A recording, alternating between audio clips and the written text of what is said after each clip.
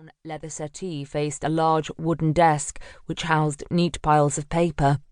Both the sofa and desk were between the war's utility and solidly built. The wallpaper was wood chip and painted a neutral magnolia. Charity shop paintings of the English countryside hung on the walls, and a large goosefoot plant grew lushly in a modest bay window.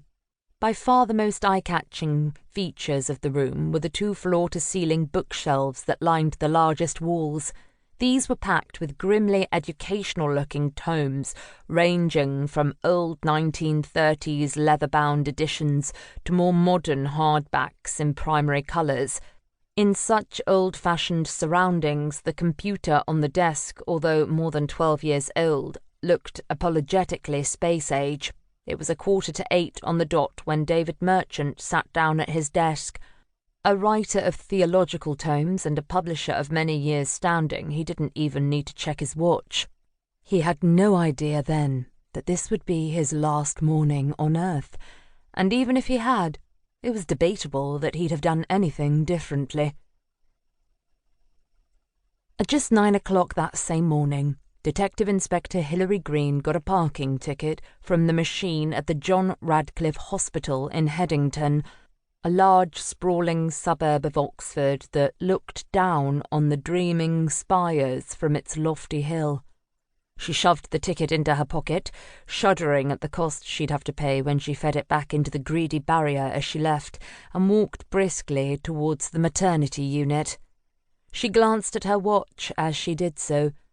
DCI Paul Danvers, her immediate superior, knew that she was taking this hour to visit her ex-sergeant, now DI Janine Mallow, but still felt absurdly guilty as she got into the lift and punched the button for the 3rd floor.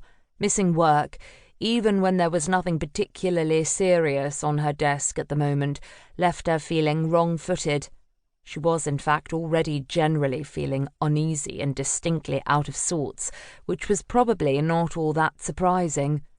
The last time she'd seen Janine had been just after her ex-sergeant had shot and killed the man who'd murdered her husband, Detective Chief Superintendent Philip Mallow.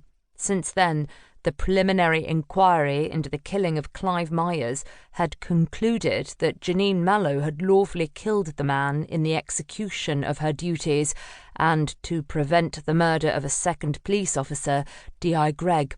The facts had appeared to be clear-cut, and, since more and more evidence against Clive Myers had been coming in thick and fast over the last few months, most of the brass at HQ were finally beginning to breathe sighs of relief.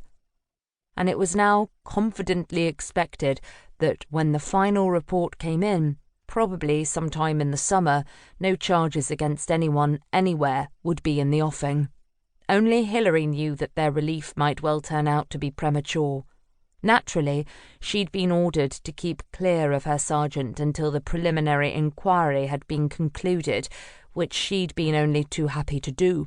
In spite of the fact that Mallow had been Hillary's greatest friend and biggest ally for nearly 20 years, it didn't mean she was best friends with his wife.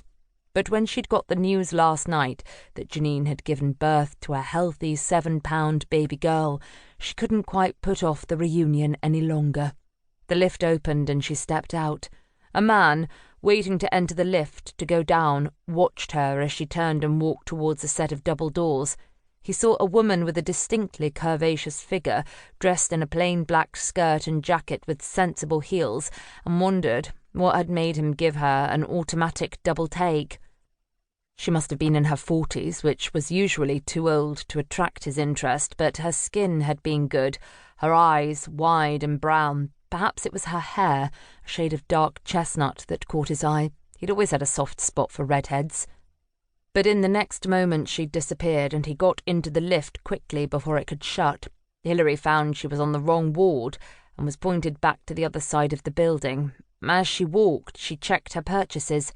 Peaches were Janine's favourite, but she suspected, this far into February, they'd probably be of the forced and ergo tasteless variety, and it was the thought that counted, wasn't it? She'd also bought a few pricey women's magazines that she wouldn't be caught dead reading, but that she thought Janine might appreciate.